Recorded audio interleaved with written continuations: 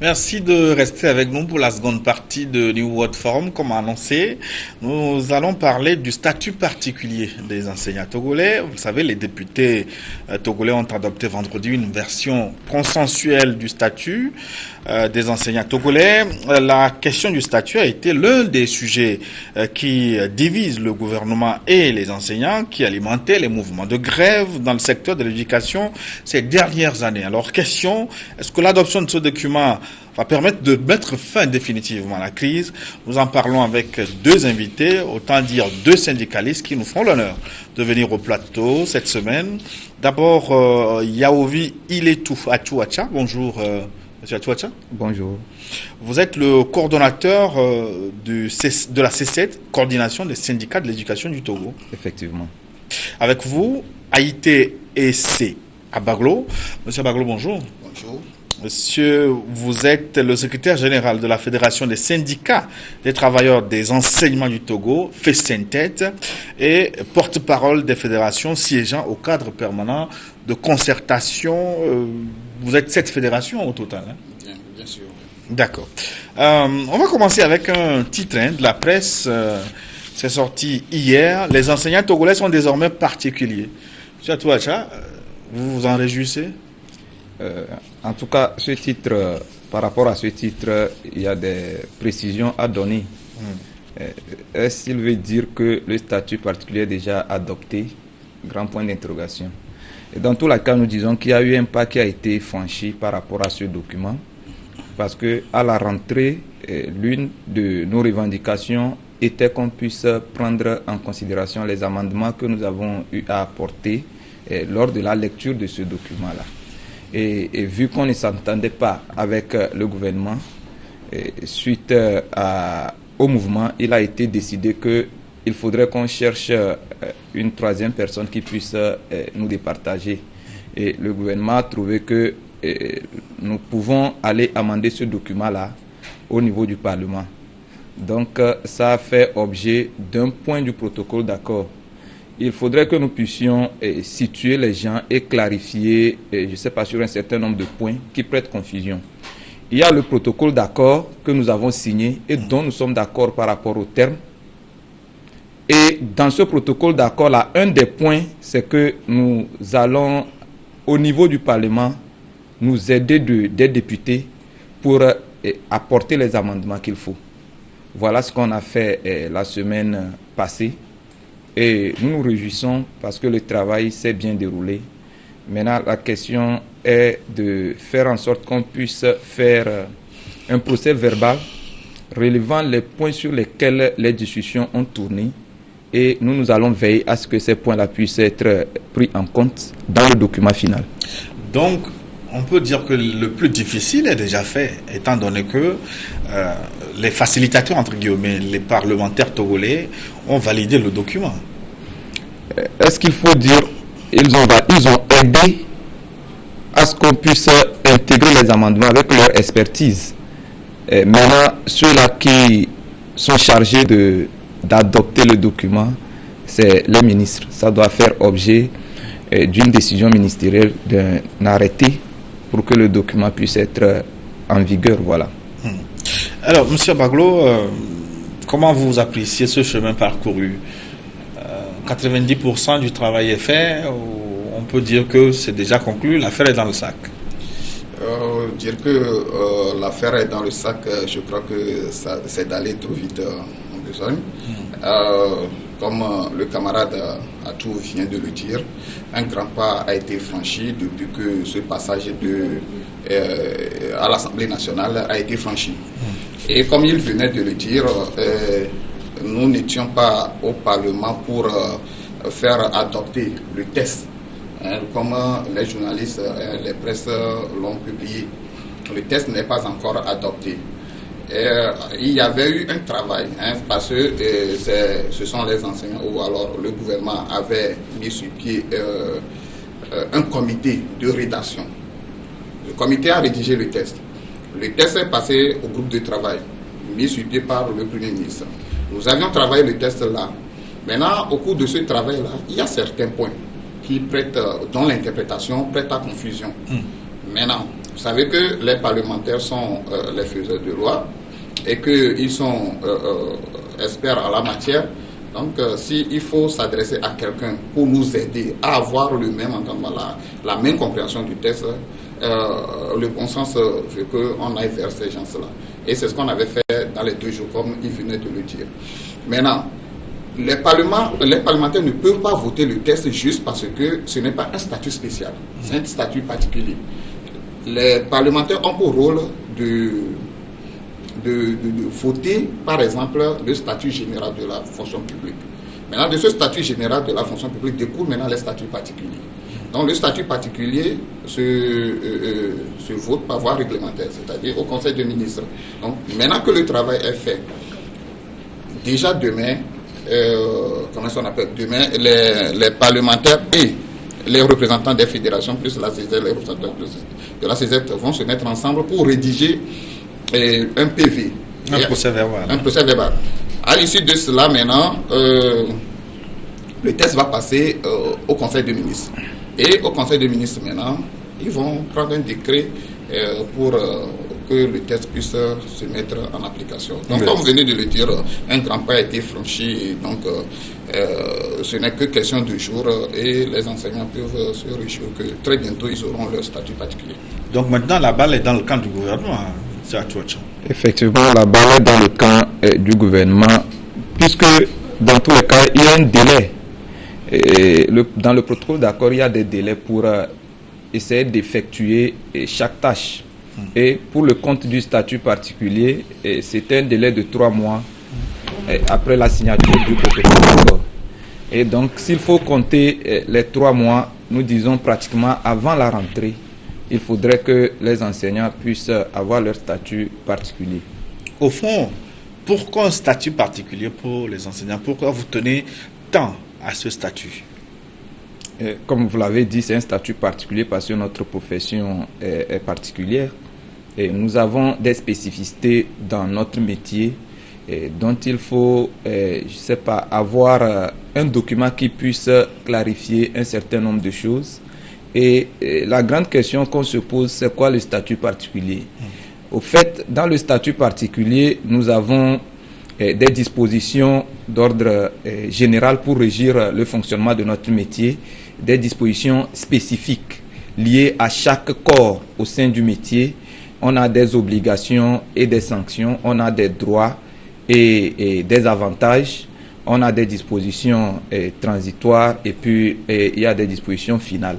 Au fait, dans le document statut particulier, on ne met pas les montants d'argent au niveau des avantages que l'enseignant peut avoir. Donc, bref, il faut répondre à ta question en disant que ce document vient donner des règles, des principes qu'un enseignant doit respecter. Les interdits que l'enseignant ne doit pas effectuer durant son parcours, sa carrière, et les avantages qu'un enseignant peut avoir vu que son métier est spécifique, et puis d'autres dispositions. Et au titre des avantages, nous pouvons dire tout de suite que il y a l'article 102 et 103 qui reviennent là-dessus, et puisque si nous sommes écoutés, c'est la partie qui intéresse plus les camarades. Il a été dit que l'enseignant va avoir, en dehors d'une bonification de catégorie, en dehors de la prime d'incitation à la fonction enseignante, l'enseignant peut avoir droit à une prime de contingence et à une prime de surcharge de classe. Et de côté aussi, il y a des obligations et il y a des sanctions. Nous devons accepter que ce document puisse être confectionné comme cela. Et au-delà de ce document, maintenant, si nous parlons des avantages, l'intérêt que l'enseignant peut avoir sur le plan financier, ces intérêts-là font objet des accords. C'est ce que nous avons commencé par faire avec la signature du protocole d'accord qui nous octroie un certain nombre d'avantages. Ouais. Monsieur Abaklo, est-ce que avec le nouveau statut particulier des enseignants, est-ce que cela peut être perçu comme une forme de valorisation de la fonction enseignante? Parce que entendre quelques praticiens parfois, on a comme l'impression que vous vous plaignez de la reconnaissance de votre métier comme étant un métier central dans le développement. façon générale. Oui, effectivement, comme il vient de le dire, à partir de ce statut particulier, on sait qui est enseignant, qui ne l'est pas. Et à partir de ce moment même, je crois que le statut particulier a été clair. On ne va pas prendre n'importe qui veut, c'est-à-dire n'est plus enseignant qui le veut. Et désormais, je crois que on va ériger des centres de formation, comme tout ça se fait au niveau de la santé, où vous voulez être enseignant, vous allez vous faire former dans ces centres-là et vous avez un diplôme. Et vous attendez, on lance un concours, vous brandissez votre diplôme et si vous réussissez, vous êtes enseignant. Et là, donc c'est une professionnalisation justement, c'est le mot même. Il faut, une professionnalisation de ce corps-là, et que à partir de maintenant, l'enseignant sait de quoi s'atteler, il sait comment on appelle. L'enseignant a désormais un plan de carrière bien défini dans ce statut particulier, et si le document, avant d'être engagé, vous savez ce qui vous attend, vous savez vos obligations, vous savez déjà vos droits, je crois que, comme vous venez de le dire, l'enseignant se sent beaucoup plus valorisé et qu'il va faire son travail avec beaucoup plus de fierté. Oui, ça veut dire que concrètement, si le statut est voté dans les années à venir, avec son diplôme de lettres modernes, sa licence en anglais, ça ne suffira pas pour enseigner. Non, et si le statut est voté juste après le bac, il y en a qui vont décider, ils ont l'amour d'enseigner les petits enfants. Si c'est ce que tu as envie de faire et que tu as envie de devenir forcément enseignant au niveau primaire, tu rentres dans une école de formation. Tu fais 2 ans de formation sanctionné par un diplôme professionnel. Ah bon? Et tu deviens, donc, tu attends que un concours puisse être lancé, et avec ce diplôme-là, tu peux passer le concours pour être recruté comme enseignant à l'école primaire. On les appelle les professeurs d'école. Et la deuxième chose, il y a ceux-là qui voudraient enseigner les adolescents. Là, tu rentres dans l'école, tu fais une licence professionnelle ou un master professionnel. Après le bac. Après le bac. Tu attends qu'on lance un concours et tu es recruté et tu évolues. Tu es donc professeur de l'enseignement secondaire. Et comme nous venons de le dire, dans ce document-là, il a été spécifié les corps qu'on a.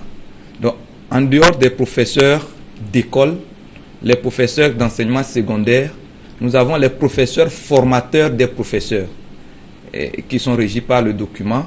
Nous avons aussi les professeurs des écoles techniques qu'on regroupe au niveau des professeurs de l'enseignement secondaire. Nous avons le corps des conseillers pédagogiques, le corps des conseillers d'apprentissage, le corps des inspecteurs. Voilà les corps que nous avons dans ce métier-là. Et il est dit dedans, lorsque tu rentres étant à une catégorie inférieure, même si c'est au primaire, tu peux gravir les échelons, évoluer de catégorie en catégorie pour finir en A1. Parce que cela vient résoudre beaucoup de problèmes. Nos camarades, il y en a qui sont à l'école primaire par exemple, ils ont le bac ou ils ont des licences ou même voire les doctorats. Mais il enseigne au primaire, il ne peut pas, il n'a pas la possibilité d'évoluer jusqu'à devenir A1. Voilà la disposition là qui vient trouver une solution. Avec ces corps-là que nous venons de citer, tu peux quitter de enseignant, professeur d'école et devenir un conseiller pédagogique, un inspecteur. C'est possible aussi d'évoluer horizontalement comme d'évoluer d'une façon verticale. Il me semble qu'il s'agit là d'une évolution majeure, dans la mesure où maintenant on a un corps de métier bien spécifique, on sait qui fait quoi et comment faire pour devenir enseignant, etc. Oui, bien sûr.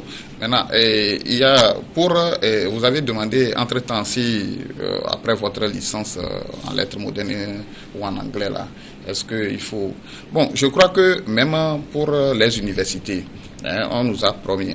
Ou alors le test dit clairement que on va introduire des curricula au niveau de ces universités-là, ou même dans les universités privées, où maintenant on va former des enseignants de ces spécialités-là, et pour leur permettre quand même d'être beaucoup plus professionnels sur le terrain.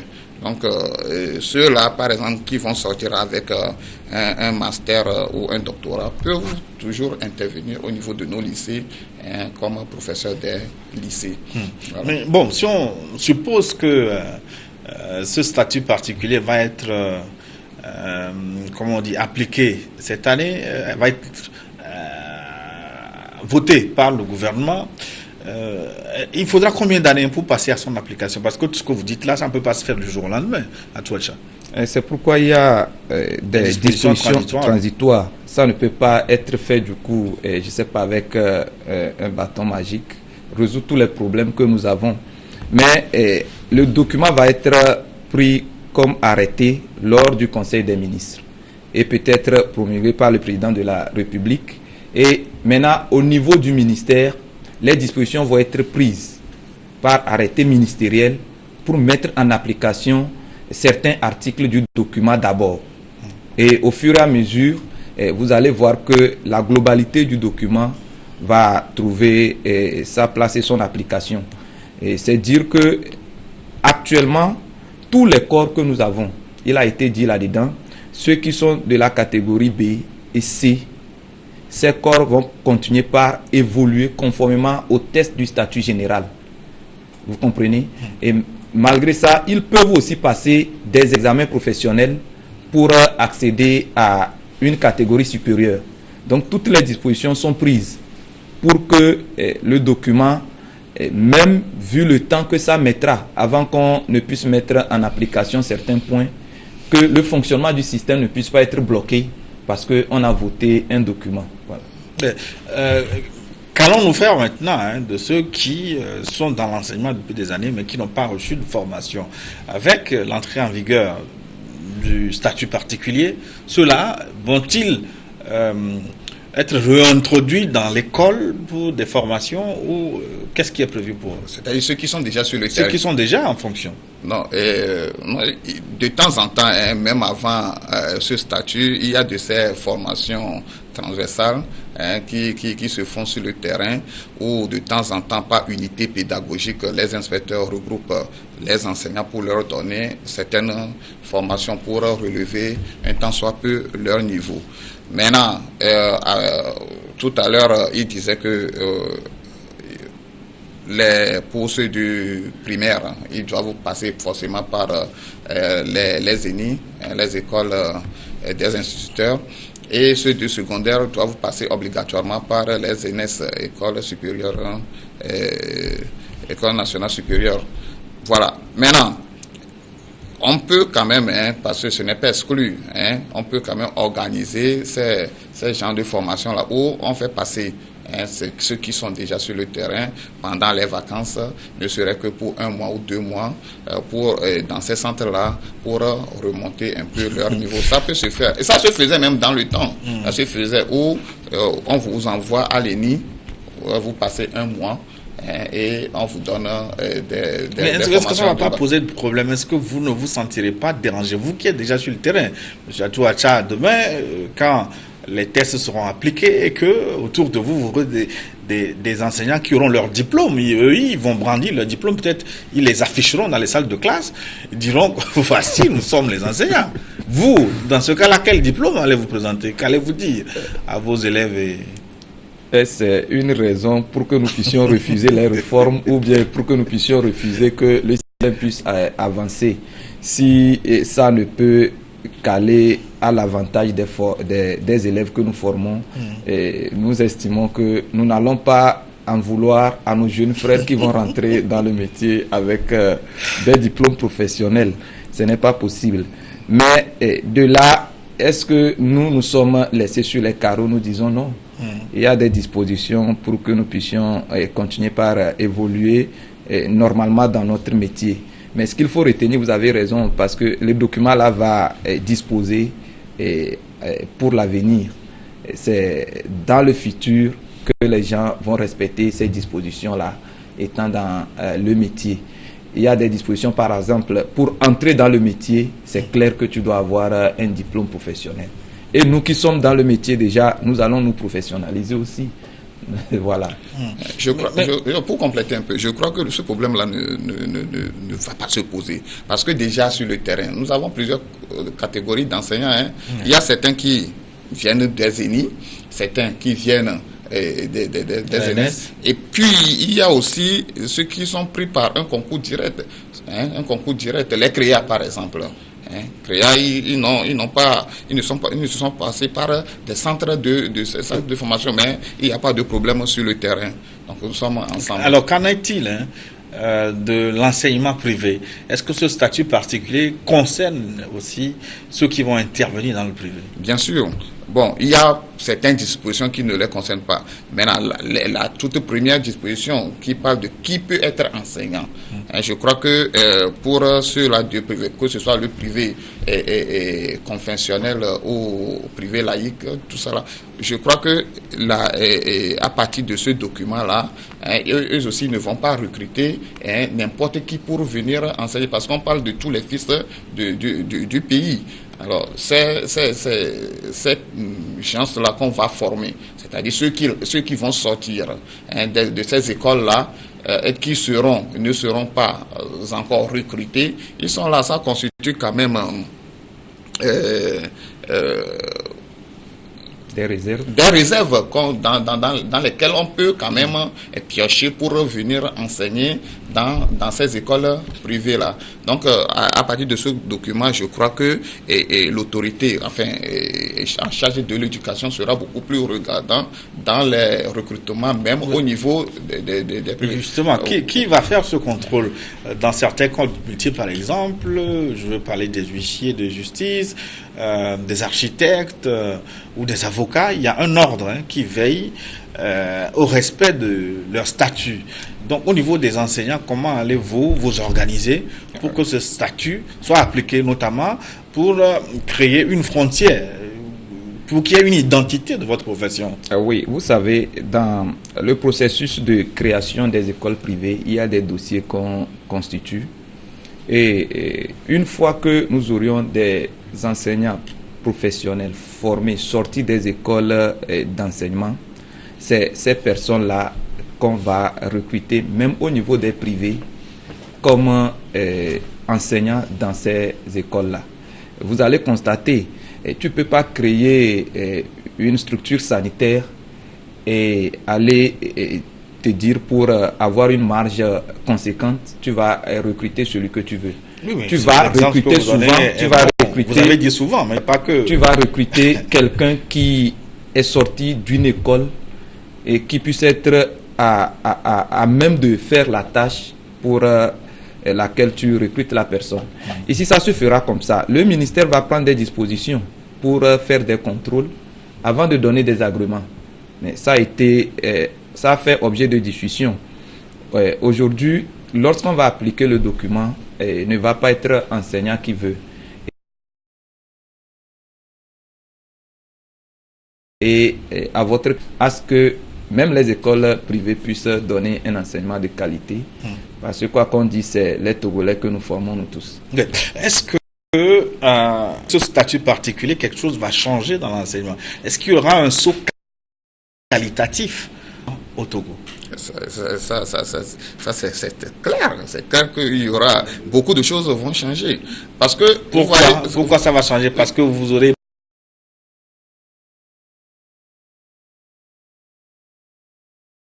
plus de primes. Ça fait que, comme nous le disons, si les enseignants sont bien formés, nous avons des structures même, c'est-à-dire il y a la qualité de l'enseignement.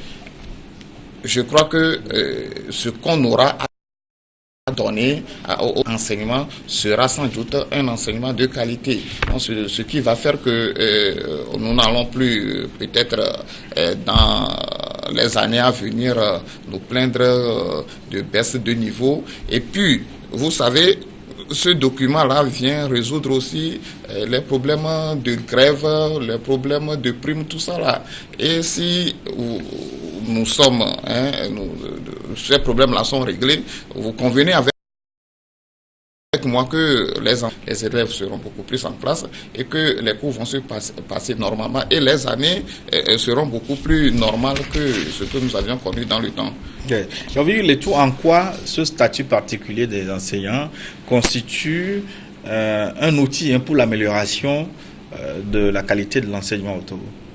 Oui, ça constitue effectivement un outil. Avant d'aborder ta question, je vais corriger un peu ce que le camarade vient de dire.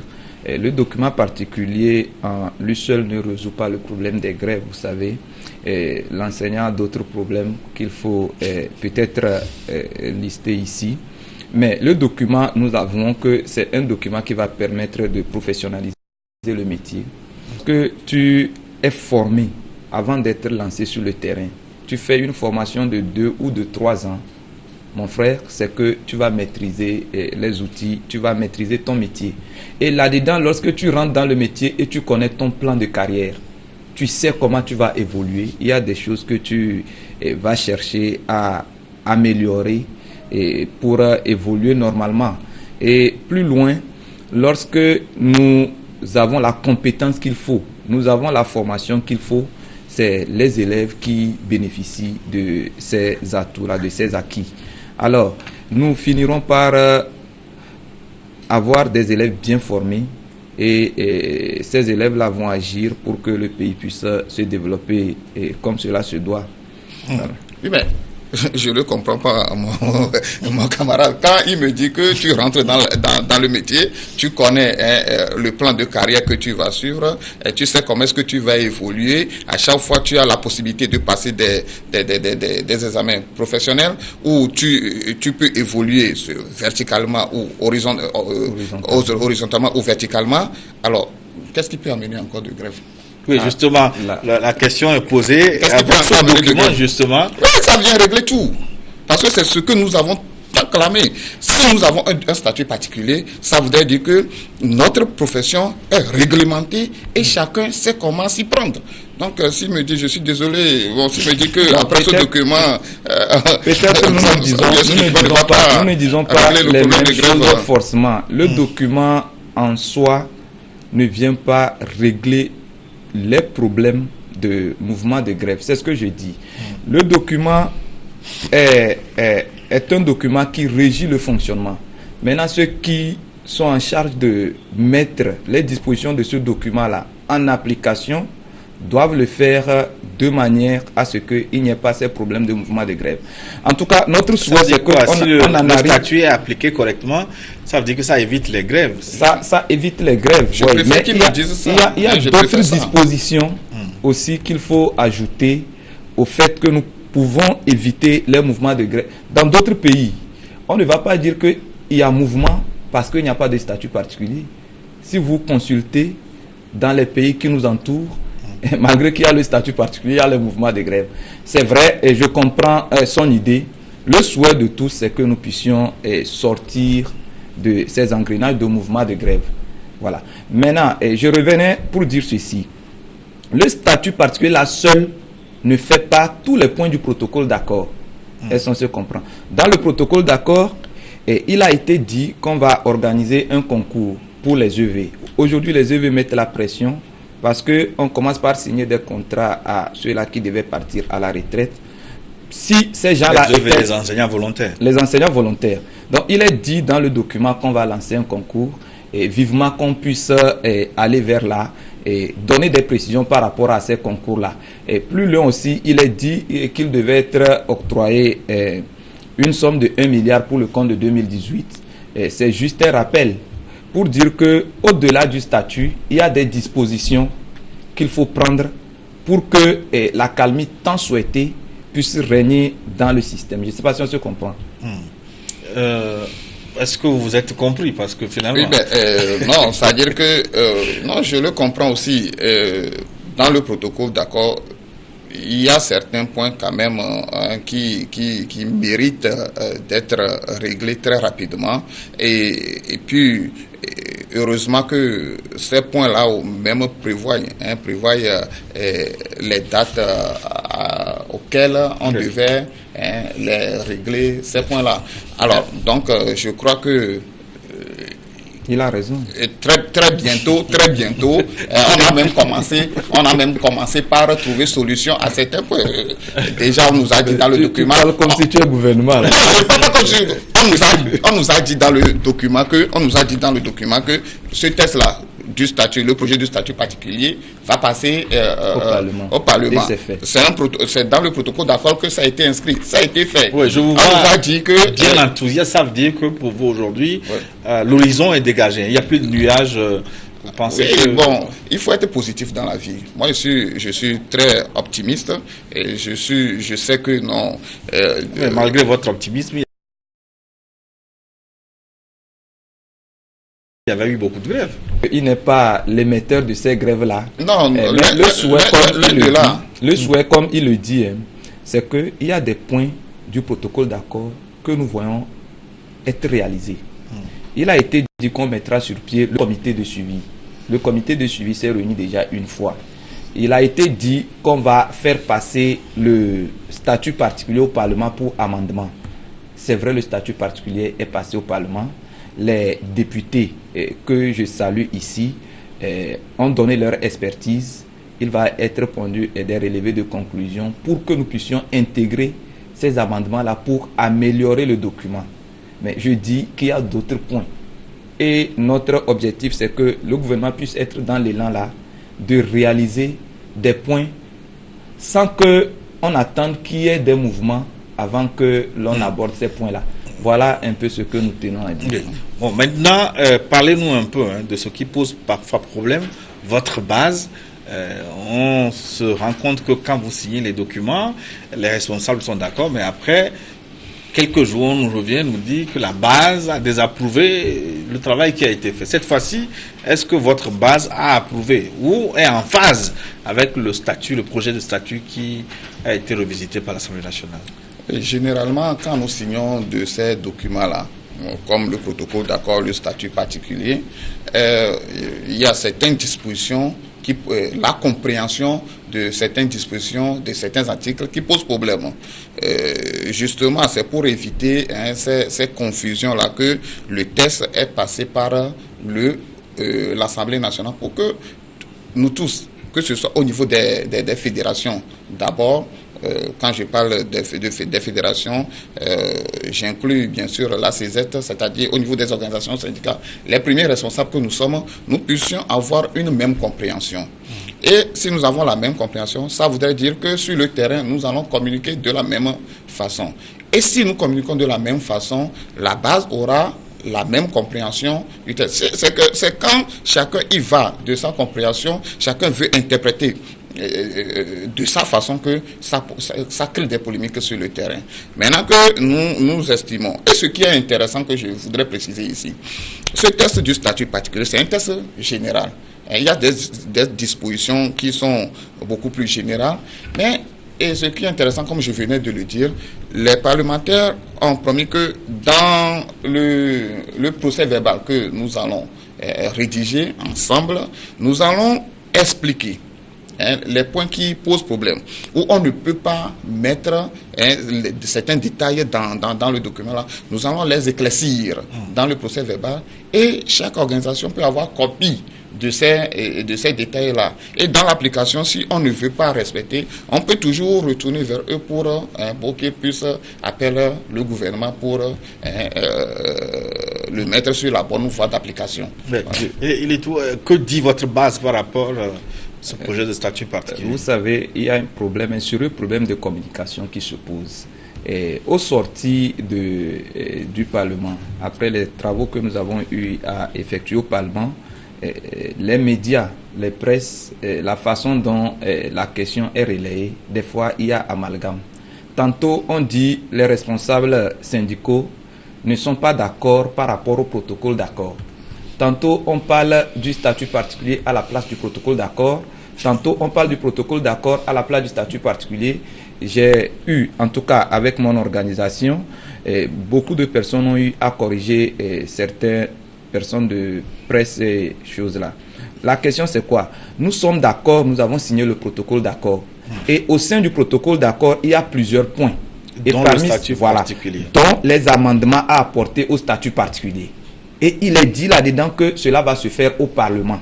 C'est ce qui nous a amenés au Parlement pour que nous puissions avoir les arbitres, les parlementaires, les experts pour nous aider afin de comprendre bien certains articles ou nous aider à corriger ou à améliorer le document.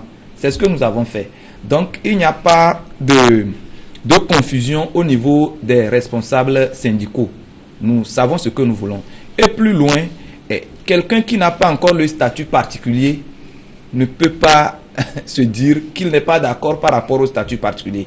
Parce que jusqu'au jour d'aujourd'hui, le statut particulier n'est pas encore disponible et ventilé. Mais le travail qu'il nous revient à faire, c'est que nous puissions nous approprier le contenu du document. Et au moment où le document va être adopté et disponible, nous avons obligation d'expliquer les zones d'ombre à nos camarades enseignants, à qui nous demandons d'être mobilisés, mais de garder patience. Nous sommes en train de suivre, de faire le suivi comme cela se doit. Et s'il y a blocage quelque part, nous allons expliquer à qui de droit. Oui. On va conclure cette émission par... est-ce que peut parler d'inquiétude du nombre de fédérations dans l'éducation? Pourquoi 7? Est-ce que c'est pas pléthorique pour l'effectif des enseignants togolais? Je commence avec vous. Non, d'emblée, on peut dire que c'est pléthorique, mais la question, c'est de nous demander, c'est de se demander comment est-ce qu'on en est-on arrivé là. Alors, pour la petite histoire, je crois que ce n'est pas commencé en une année avec cette fédération. On a une fédération qui est née, elle fait son travail, et après quelque temps, les membres de cette même fédération trouvent que non, elle ne fait pas bien le travail, et il y a des gens qui font défection et ils créent leur syndicat de base, ils évoluent. Et à un moment donné, ils deviennent fédération. Ainsi de suite, quoi, jusqu'à ce qu'on nous trouve aujourd'hui à cette fédération au sein du CPC. Et ce n'est pas mon camarade Atouata qui va me démentir. Et dans un passé récent, il faisait partie d'une fédération, ces gens au sein de CPC. Mais c'est parce qu'à un moment donné, ils trouvent que non, là, ceux-là ne font pas bien le travail. Et il est parti créer son organisation. C'est ça. J'aurais voulu que la question puisse être abordée avec beaucoup plus d'analyse. Tout de suite dire l'unicité des syndicats a rien que des avantages, c'est faux. De part et d'autre, dans les deux situations, on a les avantages et les inconvénients. Ici, à Baglo présent, je sais comment sa fédération a été créée. Je sais pendant quel avènement sa fédération a été créée. Mais nous n'allons pas rentrer dans les détails. Et là où il est actuellement, il va reconnaître que si nous sommes ici avec le statut particulier, avec les points de revendication, c'est dû à, à une fédération ou à une organisation syndicale qu'il connaît, c'est la CZ. Il ne va pas le nier. Les mouvements de grève dont on a parlé ici, je ne vais pas faire la grosse tête comme quoi nous sommes les champions. Abagou, depuis qu'il est secrétaire général, n'a jamais signé un mouvement de grève. Oui, mais quand il dit ça, ce n'est pas la finalité dessus. Écoutez, s'il cherche, écoutez, je ne vais pas rentrer dans le débat. Je vais limiter. C'est parce qu'il m'est rentré dedans que je suis en train de faire ça. Je suis rentré. Je ne suis pas. Regarde les choses. Un syndicat n'a pas pour objectif de lancer des mots de grève. Non, je suis désolé. Oui, mais monsieur Abaglo, sans les grèves, est-ce que vous pensez que les résultats qui ont été obtenus, vous les aurez vus? Objectivement. Non, ce n'est pas forcément avec les grèves. Parce que nous, tout à l'heure, quand il parlait du statut particulier, ce n'est pas la CZ qui a rédigé le projet de statut particulier. Le problème de statut particulier était sur le tapis depuis 2011. Depuis 2011. Et aujourd'hui, quand vous réclamez la paternité... C'est lorsque le problème a été posé qu'on a mis sur pied le comité qui devait rédiger le statut. Vous n'allez pas quand même me dire qu'au sein du CPC, nous n'étions pas en train de faire un travail louable. Je ne dis pas que tout est nul, mais je reviens pour dire que dans certaines circonstances, un syndicat peut naître et ça va arranger le personnel enseignant. Mais ce que nous prônons, c'est qu'il y ait unicité d'action au niveau syndical. Mais est-ce qu'il y a des interférences politiques dans la création et l'animation de vos syndicats? Derrière vos activités, les hommes politiques tirent un peu les ficelles? Nous faisons le syndicalisme et peut-être les effets de nos mouvements peuvent être relayés ou exploités par les hommes politiques, mais nous disons notre motivation reste professionnelle. Une fois qu'on trouve des solutions aux problèmes que nous posons, et même si ces solutions-là ne sont pas à 100%, vous voyez notre attitude.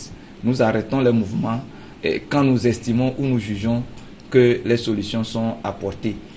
Seraient des mobiles politiques que nous allons continuer quel que soit ce qu'on va nous proposer.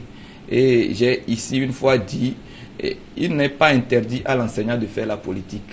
Si nous voulons faire la politique, bientôt on a les législatives qui arrivent. Si nous voulons faire la politique, nous allons nous présenter, nous allons faire la politique comme cela se doit.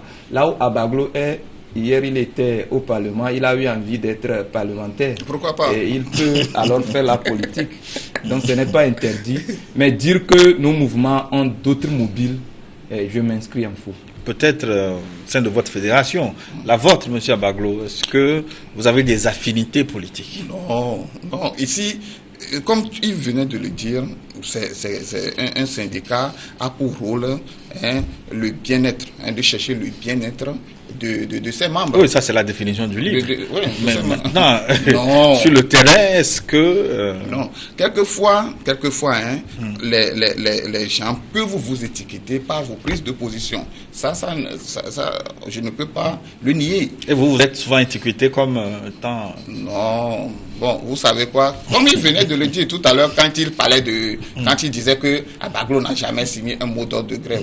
Alors, quand vous créez votre syndicat, vous avez vos objectifs, Voilà. Vous avez votre ligne de conduite à suivre. Donc, si dans nos lignes de conduite, il n'est pas inscrit, non, pas proscrit. La grève est le dernier recours. Donc, votre ligne de conduite, c'est la paix, apparemment. Oui, bon, la paix, non, s'il faut dire la paix, oui, la paix, mais non, ça dit faire en sorte qu'il faut toujours passer par la négociation pour avoir ce que nous cherchons. Le dialogue. Oui, c'est ça.